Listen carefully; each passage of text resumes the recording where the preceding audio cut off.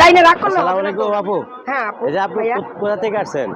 আমি মিরপুর 12 নম্বর থেকে আসছি ভাইয়া। মিরপুর 12। আপনি কি ফার্স্ট টাইম আসছেন মিজান এই ভাই হোটেলে? ফার্স্ট টাইম আসছি অনেক দেখার পরে। মিজান ভাইয়ের সাথে দেখা হয়েছে? হ্যাঁ দেখা হয়েছে, কথা হয়েছে, কিন্তু একটু রেগে গেছে। আসলে উনি কাজে ব্যস্ত থাকে, তো উনি কাজ না করলে করার মতো কেউ নাই, সবাই জ্বালা। হ্যাঁ উনি কাজে ব্যস্ত থাকে, এই কারণে এরকম হয়েছে। আমি বুঝতে পারছি যে আমরা ভাই বোন, সমস্যা কি? এখন যেহেতু উনি ব্যবসা করে আমাদের আসতেই হবে। হ্যাঁ উনি ব্যস্ত থাকে তো, হ্যাঁ, সবসময় অনেক সময় কাজ ব্যস্ত করে, থাকে। এই জন্য হয়তো এই কারণে একটু রিয়াকশনের কথা বলছে। হ্যাঁ হ্যাঁ তো যে, আসলে খাবারটা কেমন? খাবারটা মাশাআল্লাহ ভালো, কিন্তু একটু জিরা বাটা দিলে একটু মজা হইতো আর কি।